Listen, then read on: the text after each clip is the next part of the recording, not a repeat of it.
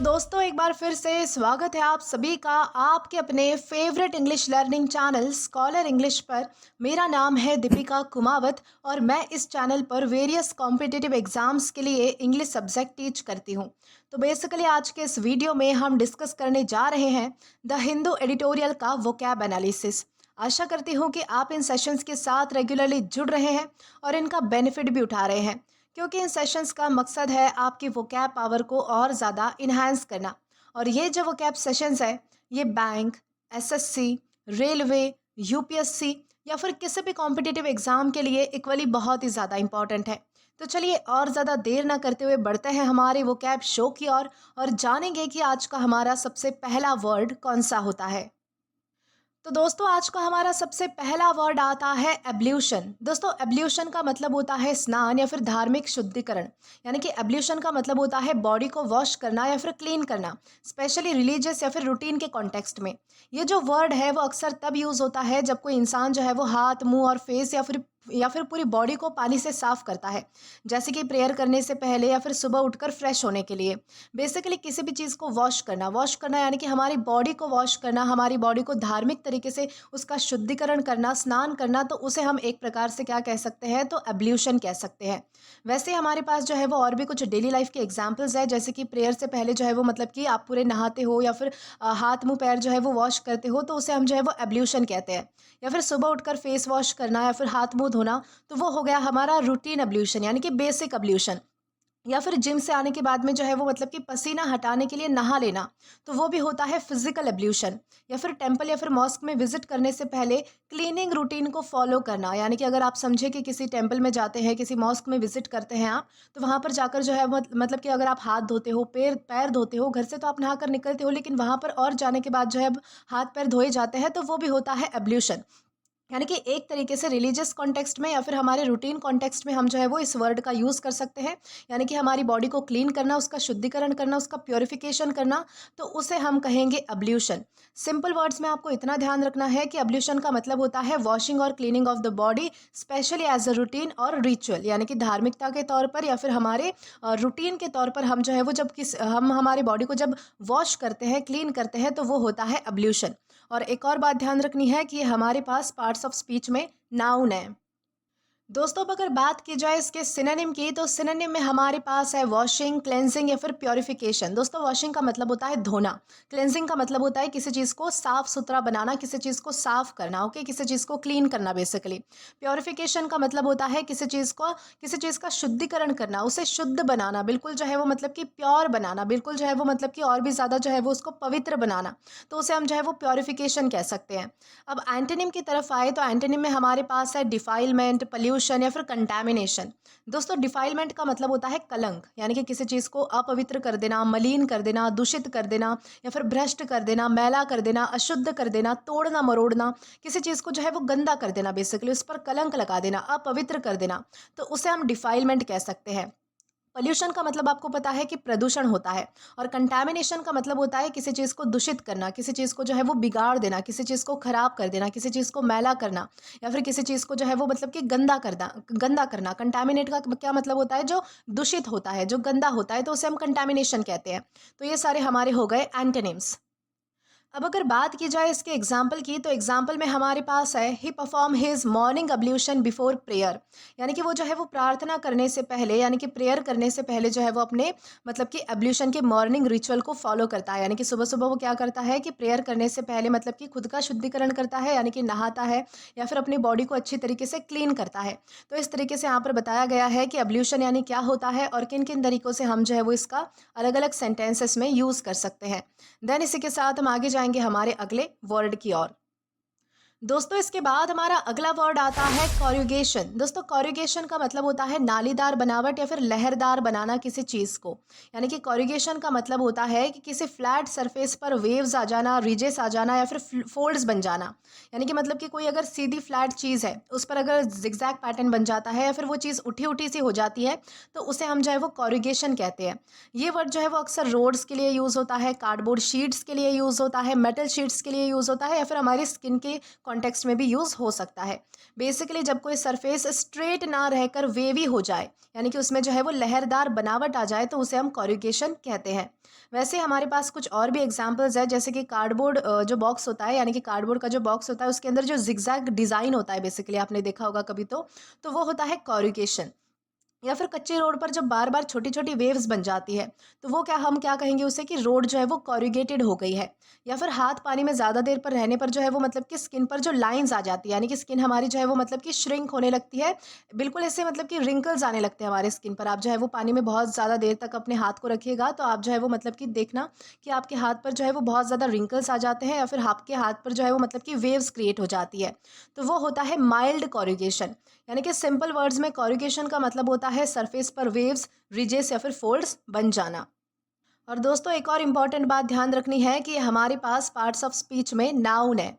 अब अगर बात करें इसके सिनोनिम की, तो सिनोनिम में हमारे पास है रिजिंग, फोल्डिंग या फिर रिंकलिंग। दोस्तों इन तीनों का ही मतलब क्या होता है कि कोई चीज़ जो है वो मुड़ जाना, कोई चीज़ में लहरें बन जाना, कोई चीज़ सिकुड़ जाना, या फिर किसी चीज़ में झुर्रियाँ आ जाना, तो उसे हम कह सकते हैं रिजिंग, फोल्डिंग या फिर रिंकलिंग। या फिर एंटोनिम की तरफ आए, तो एंटोनिम में हमारे पास है स्मूथनेस, फ्लैटनेस या फिर इवननेस। यानी कि जिसका सरफेस बिल्कुल भी मुड़ा हुआ नहीं है, जो बिल्कुल स्मूथ है, यानी कि जिसका सरफेस कैसा है तो बिल्कुल एक समान है, फ्लैट है, बिल्कुल सीधा है, या फिर इवन है यानी कि समतल है, यानी कि समान है, तो उसे हम कह सकते हैं स्मूथनेस, फ्लैटनेस या फिर इवननेस। अब अगर बात करें इसके एग्जाम्पल की, तो एग्जाम्पल में हमारे पास है the metal sheet showed corrugation after bending. यानी कि जब मेटल शीट को जो है वो बेंड किया गया, तो उसमें हमें क्या देखने के लिए मिला, तो उसमें हमें जो है वो कॉरुगेशन की प्रोसेस देखने के लिए मिली। क्योंकि जब मेटल शीट को मोड़ा गया, तो वो क्या हो गई, तो कॉरुगेट हो गई, यानी कि उसमें एक फोल्ड बन चुका था। तो इस तरीके से आप समझ पाओगे कि कॉरुगेशन यानी क्या होता है और किस तरीके से हम इसका अलग अलग सेंटेंसेस में यूज़ कर सकते हैं। देन इसी के साथ हम आगे जाएंगे हमारे अगले वर्ड की ओर। दोस्तों इसके बाद हमारा अगला वर्ड आता है क्लैटर। दोस्तों क्लैटर का मतलब होता है खड़खड़ाहट या फिर शोर करना।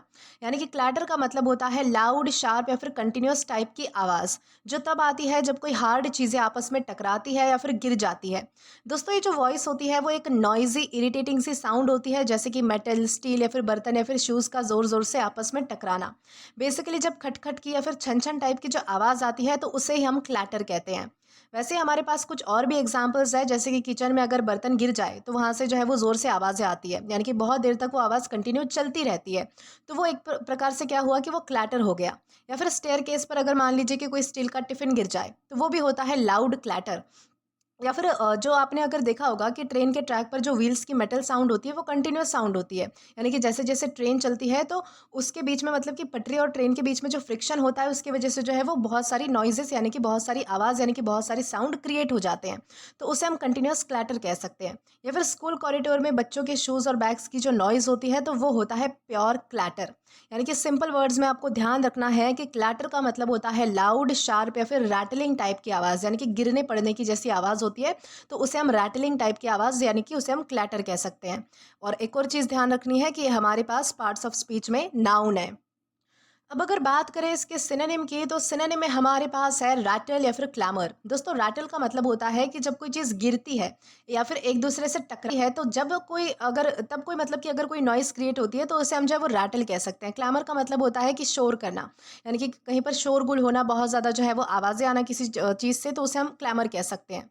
एंटोनिम की तरफ जाए, तो एंटोनिम में हमारे पास है साइलेंस, क्वाइट या फिर हश। दोस्तों ये जो तीनों भी वर्ड है वो मतलब कि क्वाइट रहने को, यानी कि शांत रहने को, चुप रहने को दर्शाते हैं, जिसमें से कोई भी आवाज़ नहीं आती है। यानी कि ऐसी सिचुएशन, ऐसी स्थिति जहाँ पर बिल्कुल भी कोई आवाज़ नहीं है, बिल्कुल चुप्पी है, यानी कि बिल्कुल पीस है, बिल्कुल जो है वो साइलेंस है, बिल्कुल जो है वो क्वाइट माहौल है। हश का मतलब होता है, जैसे हम जो है वो मतलब कि बच्चों को करते हैं ना ऐसे, मतलब कि चुप कराने के लिए, तो उसे हम हश कह सकते हैं, यानी कि चुप कराना किसी चीज़ को। यानी कि यहाँ पर जो जो तीनों वर्ड है वो शांति को दिखाते हैं, यानी कि बिल्कुल भी आवाज़ नहीं है।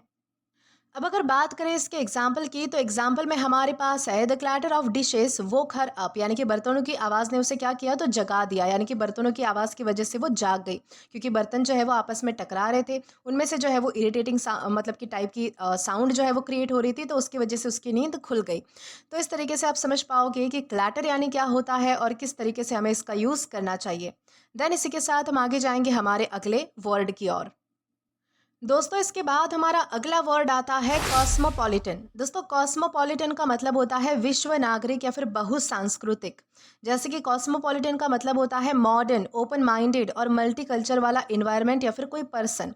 ये जो वर्ड है वो उन सिटीज़ के लिए, प्लेसेस के लिए या फिर लोगों के लिए यूज़ होता है जहाँ पर different countries, cultures, languages, food और लाइफस्टाइल का मिक्स होता है। और लोग जो है वो नैरो थिंकिंग वाले नहीं होते, यानी कि उनकी सोच जो है वो छोटी नहीं होती। बेसिकली जब कोई जगह या फिर इंसान ग्लोबल वाइब रखता है और सभी कल्चर्स को एक्सेप्ट करता है तो वो कॉस्मोपॉलिटन होता है। सिंपल से एग्जांपल के लिए मैं आपको बता दूं कि हमारी कंट्री यानी कि इंडिया, यहाँ पर आप देख सकते हैं कि हर जाति पाति के लोग यहाँ पर रहते हैं। जैसे कि हिंदू है, मुस्लिम है, सिख है, क्रिश्चियन है, सभी लोग आपको मिलेंगे। तो उनके जो कल्चर है वो भी बहुत ज़्यादा अलग है, यानी कि हर कोई, मतलब कि हर कोई धर्म के अपने कल्चर्स है, अपनी लैंग्वेजेस है, अपना फूड है, यानी कि अपने खाने पीने का जो स्टाइल है वो है, पहनावा है या फिर उनकी लाइफस्टाइल है। तो इन सारी चीज़ों का मिक्स आपको कहाँ पर देखने के लिए मिलेगा? तो इंडिया में देखने के लिए मिलेगा। यानी कि हमारी इंडिया कैसी कंट्री है? तो कॉस्मोपॉलिटन कंट्री है। तो आप आसानी से समझ पाएंगे कि कॉस्मोपॉलिटन का मतलब क्या होता है। वैसे मैं आपको जो है वो कुछ डेली लाइफ के एग्जांपल्स बताती हूँ, जैसे कि मुंबई है, दिल्ली है, दुबई है। ये जैसे जो शहर है जहाँ पर अलग अलग कल्चर्स के लोग एक साथ रहते हैं, जैसे कि हमारा इंडिया भी है। तो ये जो है वो कॉस्मोपॉलिटन सिटीज़ है, कॉस्मोपॉलिटन कंट्रीज़ है। या फिर ऑफिस में लोग जो है वो डिफरेंट स्टेट्स और कंट्रीज से आए हैं और सभी इजीली एडजस्ट कर लेते हैं एक दूसरे के साथ। तो वो होता है कॉस्मोपॉलिटन इन्वायरमेंट। ओके।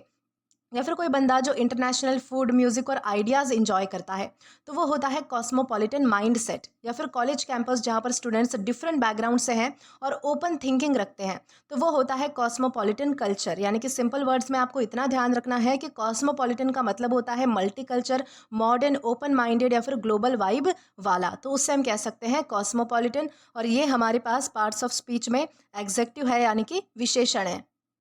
दोस्तों अब अगर बात करें इसके सिनोनिम की, तो सिनोनिम में हमारे पास है वर्ल्डली, सोफिस्टिकेटेड या फिर मल्टीकल्चरल। यानी कि अभी हमने जो कुछ भी पढ़ा कि जैसे कि जो है वो जहाँ पर डिफरेंट कंट्रीज होती है, कल्चर्स होता है, लैंग्वेज या फिर फूड और लाइफस्टाइल का मिक्स होता है, यानी कि सभी चीज़ें एक साथ आती है, सभी चीज़ें एक साथ एडजस्ट करके, यानी कि बहुत ही मेल मिलाप के साथ रहती है। तो उसे हम जो है वो वर्ल्डली कह सकते हैं, सोफिस्टिकेटेड कह सकते हैं, फिर मल्टीकल्चरल कह सकते हैं। यानी कि जहाँ पर बहुत सारे कल्चर्स का एक ही जगह पर, एक ही सिटी में, एक ही प्लेस में जो है वो मिक्स है, तो उसे हम मल्टी कल्चरल कह सकते हैं। वही एंटोनिम की तरफ आए तो एंटोनिम में हमारे पास है प्रोवेंशियल, नैरो माइंडेड या फिर पैरोचियल। दोस्तों इन तीनों का क्या मतलब होता है कि पिछड़ी हुई सोच रखना। यानी कि बहुत जो है वो, मतलब कि पिछड़ी हुई सोच रखना, यानी कि छोटी सोच रखना, संकीर्ण है, यानी कि बहुत ही ज़्यादा छोटा आपका माइंड सेट होना, आपकी जो सोच है वो बहुत ही ज़्यादा छोटी होना कि मैं जो है वो, मतलब कि मेरे ही कल्चर के लोगों के साथ जो है वो काम करूँगा, बात करूँगा या फिर ऐसी चीज़ें। या फिर आप जो है वो दूसरों के कल्चर्स को जो है वो, मतलब कि इतना ज़्यादा बढ़ावा नहीं देते, उनको एक्सेप्ट नहीं करते या फिर उनकी जो है वो, मतलब कि रिस्पेक्ट नहीं करते। तो वो हो जाता है एक तरीके से प्रोवेंशियल, नैरो माइंडेड या फिर पैरोचियल। उसे हम जो है वो, पैरोचियल का मतलब होता है संकीर्ण सोच वाला, यानी कि छोटी सोच वाला। इन तीनों वर्ड्स का एक ही मीनिंग है। अब अगर बात की जाए इसके एग्जाम्पल की, तो एग्जाम्पल हमारे पास है she has a cosmopolitan outlook on life. यानी कि उसका जो लाइफ की तरफ देखने का जो नज़रिया है वो किस तरीके का है? तो कॉस्मोपॉलिटन तरीका, यानी कि वो सभी चीज़ों को एक्सेप्ट करती है, सभी कंट्रीज़ को, कल्चर्स को, लैंग्वेजेस को, फूड को, लाइफस्टाइल को, सभी चीज़ों को वो एक्सेप्ट करती है और उस तरीके से वो जीती है। यानी कि वो किस तरीके की है? तो बहुसांस्कृतिक है, यानी कि मल्टी कल्चरल है, यानी कि वो सभी को रिस्पेक्ट करती है और सभी चीज़ों को वो फॉलो भी करती है। यानी कि उसका लाइफ की तरफ देखने का नज़रिया कैसा है? तो कॉस्मोपॉलिटन है। तो इस तरीके से आप समझ पाओगे कि कॉस्मोपॉलिटन यानी क्या होता है और किस तरीके से हमें इसका यूज़ करना है। देन इसी के साथ हम आगे जाएंगे हमारे अगले वर्ड की ओर। दोस्तों इसके बाद हमारा अगला वर्ड आता है एब्डिकेशन। दोस्तों एब्डिकेशन का मतलब होता है त्याग पत्र या फिर पद त्याग। यानी कि एब्डिकेशन का मतलब होता है कि अपनी पावर, अपनी पोजीशन या फिर अपनी जो रिस्पॉन्सिबिलिटी है, यानी कि जो जिम्मेदारी है, वो मर्जी से छोड़ देना। ये जो वर्ड है वो अक्सर किंग्स के लिए, जो बड़े बड़े लीडर्स होते हैं या फिर हाई पोजीशन पर जो लोग होते हैं, जो नेता वगैरह होते हैं, उनके लिए यूज़ होता है। कि जब वो, मतलब कि खुद डिसाइड करके अपनी अथॉरिटी जो है वो किसी और को दे देते हैं तो उसे हम एब्डिकेशन कहते हैं। दोस्तों ये जो है वो फोर्स नहीं होता, यानी कि ये जो है वो किसी के ऊपर दबाव डालकर नहीं किया जाता, यानी कि किसी के साथ जोर ज़बरदस्ती नहीं की जाती कि तुम अपनी पोस्ट को, अपनी पोजीशन को या फिर अपनी पावर को छोड़ो। ये सेल्फ डिसीजन होता है, यानी कि जैसे कि अब मैं नहीं संभाल पाऊंगा, कोई और संभाल लीजिए। तो इस तरीके का ये सेल्फ डिसीजन होता है, यानी कि खुद का डिसीजन होता है। और खुद ही वो इंसान जो है वो अपनी मर्जी से अपनी पावर को, अपनी अथॉरिटी को, अपनी रिस्पॉन्सिबिलिटी को किसी और को दे देता है या फिर वो छोड़ देता है। तो उसे हम कहेंगे एब्डिकेशन। और दोस्तों वैसे हमारे पास कुछ और भी डेली लाइफ के एग्जांपल्स है, जैसे कि कंपनी का सीईओ स्ट्रेस के कारण अपनी पोस्ट को अगर छोड़ दे तो वो एब्डिकेशन ऑफ पोजीशन होती है। या फिर टीम लीडर बोल दे कि अब मैं जो है वो लीड नहीं कर पाऊँगा, कोई और करे, तो वो होता है मिनी एब्डिकेशन। या फिर क्लास मॉनिटर अपनी रिस्पॉन्सिबिलिटी अपनी मर्जी से यानी कि विलिंगली किसी और को दे दे, तो वो भी होता है एब्डिकेशन। यानी कि सिंपल वर्ड्स में एब्डिकेशन का मतलब होता है कि अपनी पावर पोजीशन या फिर अपनी जिम्मेदारियों को छोड़ देना या फिर किसी और को सौंप देना, तो उसे हम कह सकते हैं एब्डिकेशन। और ध्यान रखना है कि हमारे पास पार्ट्स ऑफ स्पीच में नाउन है। दोस्तों, अब अगर बात की जाए इसके सिनोनिम की, तो सिनोनिम में हमारे पास है रेनंसिएशन, रेजिग्नेशन या फिर रेलिंक्विशमेंट। दोस्तों, इन तीनों का ही क्या मतलब होता है? जैसे कि रेनंसिएशन का भी मतलब होता है कि कोई चीज़ त्याग देना, कोई चीज़ छोड़ देना। रेजिग्नेशन का मतलब होता है कि मतलब कि इस्तीफा दे देना, कोई चीज़ का मतलब कि त्याग पत्र दे देना, तो उसे हम रेजिग्नेशन कहते हैं। रेलिंक्विशमेंट का मतलब होता है कि कोई चीज़ जो है वो मतलब कि त्याग देना, कोई चीज़ अवॉइड करना, छोड़ देना, तो उसे हम जो है वो रेलिंक्विशमेंट कहते हैं। यानी कि तीनों ही वर्ड किस चीज़ से रिलेटेड है? तो किसी चीज़ को छोड़ने से रिलेटेड है, किसी चीज़ से दूर हटने से रिलेटेड है। वहीं एंटोनिम की तरफ आए तो एंटोनिम में हमारे पास है अजम्पशन, एक्सेप्टेंस या फिर रिटेंशन। यानी कि किसी चीज़ को स्वीकार करना, किसी चीज़ को जो है वो मतलब कि उसे एक्सेप्ट करना, उसमें शामिल होना, उससे जुड़ना। यानी कि उसे अजम्पशन का मतलब होता है किसी चीज़ को जो है वो स्वीकार कर लेना। एक्सेप्टेंस का भी मतलब होता है किसी चीज़ को जो है वो एक्सेप्ट करना, मान्यता देना या फिर स्वीकार करना। वही रिटेंशन का भी सेम मतलब होता है। यानी कि ये जो हमारे जितने भी एंटोनिम्स है वो किसी चीज़ को एक्सेप्ट करने को लेकर है, किसी चीज़ को मतलब कि किसी चीज़ से जुड़ने को लेकर है, किसी चीज़ में शामिल होने को लेकर है। अब अगर बात करें इसके एग्जाम्पल की, तो एग्जाम्पल इसका है the Kings abdication shock the nation. यानी कि जो अचानक से जो है वो मतलब कि एक राजा ने मतलब कि अपने पद से त्याग दे दिया, अपनी जो पावर को छोड़ दिया, तो उसकी वजह से क्या हुआ कि सारा जो नेशन है यानी कि सारी जो कंट्री है वो बहुत ही ज़्यादा जो है वो शॉक हो गई, यानी कि बहुत ज़्यादा आश्चर्यचकित हो गई कि ऐसा कैसा हो सकता है, यानी कि ऐसा कैसे हो सकता है। तो इस तरीके से, तो आई होप आपको समझ आया होगा कि एब्डिकेशन यानी क्या होता है और किस तरीके से हमें इसका अलग अलग सेंटेंसेस में यूज़ करना है। देन इसी के साथ हम आगे जाएंगे हमारे अगले वर्ड की ओर। तो दोस्तों, इसके बाद हमारा अगला वर्ड आता है क्लॉइस्टर। दोस्तों, क्लॉइस्टर का मतलब होता है मठ या फिर एकांत स्थान, यानी कि शांतिपूर्ण जगह। यानी कि क्लॉइस्टर का मतलब होता है आइसोलेटेड या फिर सेक्लूडेड जगह या फिर खुद को लोगों से दूर रखकर एक क्वाइट रेस्ट्रिक्टेड लाइफ जीना। ये जो वर्ड्स है, ये जो वर्ड है वो अक्सर मॉन्क्स के लिए, यानी कि जो साधु संत होते हैं, जो मॉन्क होते हैं, जो यानी कि तपस्या करते हैं, उनके लिए, नन्स के लिए या फिर रिलीजियस लोगों के कॉन्टेक्स्ट में यूज़ होता है, जो दुनिया के नॉइज़ और डिस्ट्रैक्शन से दूर रहकर डिसिप्लिन और साइलेंस वाली लाइफ जीना चूज़ करते हैं। मतलब जब कोई बंदा आउटसाइड वर्ल्ड से कट ऑफ होकर लिमिटेड पीसफुल स्पेस में रहता है तो वो क्लॉइस्टर्ड होता है। वैसे तो क्लॉइस्टर का एक जो है वो मतलब कि क्लॉइस्टर एक स्पेसिफिक जगह होती है, यानी कि मठ होता है, यानी कि उसे हम क्लॉइस्टर कहते हैं। लेकिन दूसरे कॉन्टेक्स्ट में आप इस तरीके से भी यूज़ कर सकते हो कि कोई जगह एकदम शांत है, यानी कि वहाँ पर ऐसे लोग रह रहे हैं जो मतलब कि बाहर की जो मटेरियलिस्टिक लाइफ है उनसे दूर है, तो उसे भी हम जो है वो क्लॉइस्टर लाइफस्टाइल करके कह सकते हैं। वैसे हमारे पास कुछ और भी एग्जाम्पल्स है डेली लाइफ से रिलेटेड। जैसे कि जो मॉन्क्स का मोनेस्टरी होता है, मोनेस्टरी का मतलब सेम होता है क्लॉइस्टर, यानी कि मठ, जहाँ पर वो दुनिया से अलग रहकर सिंपल लाइफ जीते हैं, तो वो होता है क्लॉइस्टर। या फिर एग्जाम के टाइम जो है वो कुछ स्टूडेंट्स क्या करते हैं कि खुद को रूम में जो है वो बंद करके बाहर के डिस्ट्रैक्शन से पूरी तरीके से दूर हो जाते हैं, तो उसे हम क्या कहेंगे? क्लॉइस्टर्ड लाइफ कहेंगे हम उसे। यानी कि एक तरीके उसने क्या किया कि एक तरीके से उसने जो है वो सबको कट ऑफ कर दिया, यानी कि सबको अपनी लाइफ से निकाल दिया, और अब वो जो है वो मतलब कि अकेले में रह रहा है। या फिर राइटर का हिल स्टेशन में अकेले रहकर कोई बुक लिखना, तो वो होता है क्लॉइस्टर्ड इन्वायरमेंट। या फिर हॉस्पिटल में लॉन्ग रिकवरी के टाइम बाहर की दुनिया से लिमिटेड कांटेक्ट रखना, यानी कि एक तरीके से क्या हो, तो आप अकेले हो, यानी कि बाहर की दुनिया से आप मिलते जुलते नहीं हो, सिंपल लाइफ जी रहे हो, तो उसे हम कहेंगे क्लॉइस्टर्ड सिचुएशन या फिर क्लॉइस्टर्ड इन्वायरमेंट। यानी कि सिंपल वर्ड्स में आपको इतना ही ध्यान रखना है कि क्लॉइस्टर का मतलब होता है आइसोलेटेड सेक्लूडेड प्लेस या फिर लाइफ, या फिर दुनिया से दूर रहना, यानी कि अपनी लाइफ को बिल्कुल सिंपल तरीके से जीना, दुनिया से दूर रहकर लोगों से कम कांटेक्ट रख के, तो उसे हम जो है वो क्लॉइस्टर कहेंगे। और ध्यान रखना है कि हमारे पास पार्ट्स ऑफ स्पीच में नाउन है। अब अगर बात करें इसके सिनोनिम की, तो सिनोनिम में हमारे पास है मोनेस्ट्री, कॉन्वेंट या फिर एबे। दोस्तों, इन तीनों का ही मतलब होता है मठ, यानी कि ऐसी कोई जगह जहाँ पर जो है वो मतलब कि मॉन्क्स रह सकते हैं, या फिर जो साधु संत या फिर जो तपस्या करने वाले लोग हैं वो रहते हैं। एंटनी में हमारे पास है वॉलीनेस, ओपननेस या फिर पब्लिक लाइफ। दोस्तों, इसका मतलब है कि दुनिया में जीना, ओपन, बिल्कुल ओपन होकर जीना, यानी कि मतलब कि पब्लिक लाइफ जीना, यानी कि पब्लिक में जो है वो मिलना जुलना, उनसे कॉन्टैक्ट रखना, यानी कि बाहरी लाइफ जीना, मटेरियलिस्टिक लाइफ जीना, तो सोशल लाइफ जीना एक तरीके से जिसे हम कह सकते हैं, तो वो होता है वॉलीनेस, ओपननेस या फिर पब्लिक लाइफ।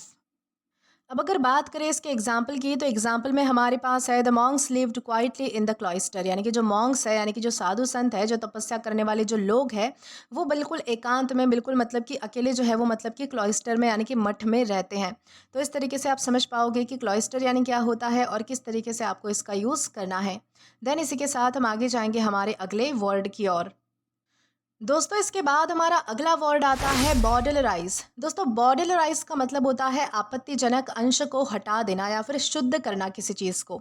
यानी कि बॉडलराइज का मतलब होता है किसी टेक्स्ट, मूवी या फिर कंटेंट में से ऑफेंसिव या फिर एडल्ट या फिर कंट्रोवर्शियल पार्ट्स हटा देना या फिर उसे सॉफ्टन कर देना, ताकि वो फैमिली फ्रेंडली या फिर सोशली एक्सेप्टेबल बन जाए। मतलब कि ओरिजिनल कंटेंट को थोड़ा सेफ वर्जन में कन्वर्ट करना, यानी कि जैसे कि अगर मान लीजिए कि किसी टेक्स्ट में, किसी लिखावट में, किसी मूवी में या फिर किसी कंटेंट में अगर गालियाँ है, वॉयलेंस है या फिर सेंसिटिव सीन्स है, तो उनको कट कर देना या फिर उनको चेंज कर देना।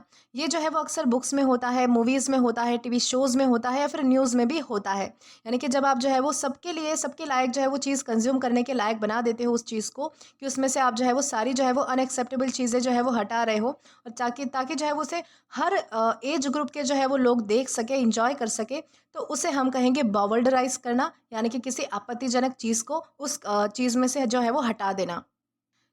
यानी कि सिंपल वर्ड्स में आपको इतना ध्यान रखना है कि बॉर्डराइज का मतलब होता है कंटेंट को करना, सॉफ्टन करके जो है वो सेफ बना देना सबके लिए, तो उसे हम कहेंगे बॉर्डराइज। और ध्यान रखिएगा कि हमारे पास पार्ट्स ऑफ स्पीच में वर्ब है यानी कि क्रिया है।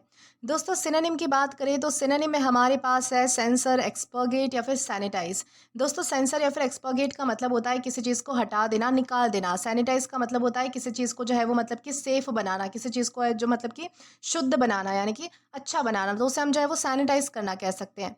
एंटनी में हमारे पास है पब्लिश, अनसेंसर या फिर प्रिजर्व, यानी कि जो चीज़ जैसी है वैसी उसे पब्लिश कर देना अनसेंसर तरीके से, यानी कि उसमें से कुछ भी ना हटाना। रॉ जो चीज़ होती है उसी तरीके से उसे जो है वो मतलब कि पब्लिश कर देना, वैसे ही उसे प्रिजर्व करके यानी कि संजो कर रखना, तो उसे हम कह सकते हैं पब्लिश, अनसेंसर या फिर प्रिजर्व। अब अगर बात करें इसके एग्जाम्पल की, तो एग्जाम्पल में हमारे पास है the editor decided to bowdlerize the novel for young readers, यानी कि एडिटर ने क्या किया कि ये डिसाइड किया उसने कि वो जो है वो मतलब कि नॉवल में जितनी भी आपत्तिजनक चीज़ें हैं, या कोई गाली है, कोई वायलेंस है, कोई सेंसिटिव सीन्स है, कोई अडल्ट सीन्स है, तो उन सारी चीज़ों को जो है वो हटा देगा, ताकि वो यंग जो रीडर्स है, यानी कि जो जवान रीडर्स है, जो बच्चे होते हैं, तो वो भी उन्हें जो है वो मतलब कि पढ़ सके, वो भी वो सारी चीज़ें कंज्यूम कर सके। तो इस तरीके से आप समझ पाओगे कि बॉर्डराइज यानी क्या होता है और किस तरीके से हमें इसका यूज़ करना है। देन इसी के साथ हम आगे बढ़ेंगे हमारे अगले वर्ड की ओर। दोस्तों इसके बाद हमारा अगला वर्ड आता है डेसोलेट। दोस्तों डेसोलेट का मतलब होता है उजाड़ या फिर वीरान। यानी कि डेसोलेट का मतलब होता है बिल्कुल खाली, सुनसान या फिर इमोशनली ब्रोकन फील करना। ये जो वर्ड है वो जगह के लिए भी यूज़ होता है, यानी कि जहाँ पर कोई नहीं है ऐसी जगह, यानी कि जो जगह बिल्कुल सुनसान है, बिल्कुल खाली है, वीरान है, तो उसके लिए भी हम जो है वो डेसोलेट का यूज़ कर सकते हैं। या फिर इंसान के इमोशंस के लिए भी इस वर्ड का यूज़ होता है कि जब कोई बहुत ज़्यादा अकेला फील करता है, होपलेस या फिर उदास फील करता है, निराश फील करता है, जब किसी व्यक्ति को ऐसा लगता है कि मेरे साथ कोई नहीं है, या फिर वो जो है वो मतलब कि बहुत ज़्यादा दुखी फील करता है, तो उसे भी हम जो है वो डेसोलेट कह सकते हैं। मतलब कि या तो फिजिकल एम्प्टीनेस या फिर अंदर से कोई टूटी हुई फीलिंग, दोनों के लिए डेसोलेट हम यूज़ कर सकते हैं। तो सिंपल वर्ड्स में आपको इतना ध्यान रखना है कि डेसोलेट का मतलब होता है सुनसान, खाली या फिर इमोशनली वेरी सैड, यानी कि लोनली, यानी कि फिजिकली, इमोशनली दोनों भी तरीके से यूज़ हो सकता है। किसी जगह के कॉन्टेक्स्ट में भी यूज़ हो सकता है जहाँ पर कोई ना हो, और इंसान के इमोशंस के लिए भी यूज़ हो सकता है कि जब कोई बंदा अकेला, होपलेस या फिर उदास फील करे। और दोस्तों ध्यान रखना है कि हमारे पास पार्ट्स ऑफ स्पीच में एग्जेक्टिव है यानी कि विशेषण है। सिनोनिम की बात करें तो सिनोनिम में हमारे पास है बैरन, एम्प्टी या फिर लोनली। दोस्तों ये जो बैरन वर्ड है, बैरन तो हम जो है वो मतलब कि किसी जगह के लिए, लैंड के लिए, यानी कि ज़मीन के लिए यूज़ करते हैं जो बिल्कुल बंजर है, जहाँ पर जो है वो मतलब कि एक सिंपल सी लाइफ नहीं पनप सकती, यानी कि जहाँ पर जो है वो मतलब कि इंसान तो रह ही नहीं सकते, लेकिन वहाँ पर प्लांट्स भी नहीं उगते हैं, झाड़ पौधे, ये सारी चीज़ भी नहीं होती है, तो उसे हम जब वो बैरन कह सकते हैं। यानी कि कोई बैरन जगह का मतलब है कि बिल्कुल वीरान, सुनसान या फिर उजाड़ जगह जहाँ पर कोई लाइफ नहीं है, तो उसे हम बैरन कहते हैं। एम्प्टी का मतलब होता है खाली, और लोनली का मतलब जो है वो यहाँ पर हमने इमोशन के तौर पे यूज़ किया है कि लोनली का मतलब होता है जैसे कि कोई अकेला, यानी कि बहुत ही मायूस, उदास, तो उसे हम कह सकते हैं लोनली। वहीं एंटोनिम की तरफ आए तो एंटोनिम में हमारे पास है लाइवली, पॉपुलेटेड या फिर चीयरफुल। दोस्तों लाइवली, पॉपुलेटेड या फिर चीयरफुल का क्या मतलब होता है कि बहुत ज़्यादा खुशनुमा माहौल होना, हर तरफ खुशी होना, इमोशंस के तौर पर हो गया ये तो। और पॉपुलेटेड का मतलब होता है जहाँ पर जो है सारे लोग हैं, जहाँ पर जीवन है, जहाँ पर लाइफ है, जहाँ पर लोग रहते हैं, वो जो जगह है बिल्कुल खाली नहीं है, बंजर नहीं है, सुनसान नहीं है, तो उसे हम कह सकते हैं पॉपुलेटेड। तो ये सारे हमारे हो गए एंटोनिम्स। अब अगर बात करें इसके एग्जाम्पल की तो एग्जाम्पल में हमारे पास है the desolate road stretch for miles, यानी कि एक जो है वो मतलब कि वीरान और जो सुनसान रोड है वो कई माइल्स तक यानी कि कई मीलों तक फैली हुई थी। यानी कि वो रोड कैसी थी, तो बिल्कुल बंजर थी, बिल्कुल जो है वो खाली थी, सुनसान थी, यानी कि बिल्कुल जो है वो मतलब कि वहाँ पर कोई आता जाता नहीं था। और वो जो रोड है वो कहाँ तक फैली हुई थी, तो मीलों तक यानी कि माइल्स तक स्ट्रेच हुई पड़ी थी, यानी कि फैली हुई थी। तो इस तरीके से आप समझ पाओगे कि डेसोलेट यानी क्या होता है और किस तरीके से हम इसका यूज़ कर सकते हैं। देन इसी के साथ आगे जाएंगे हमारे अगले वर्ड की ओर।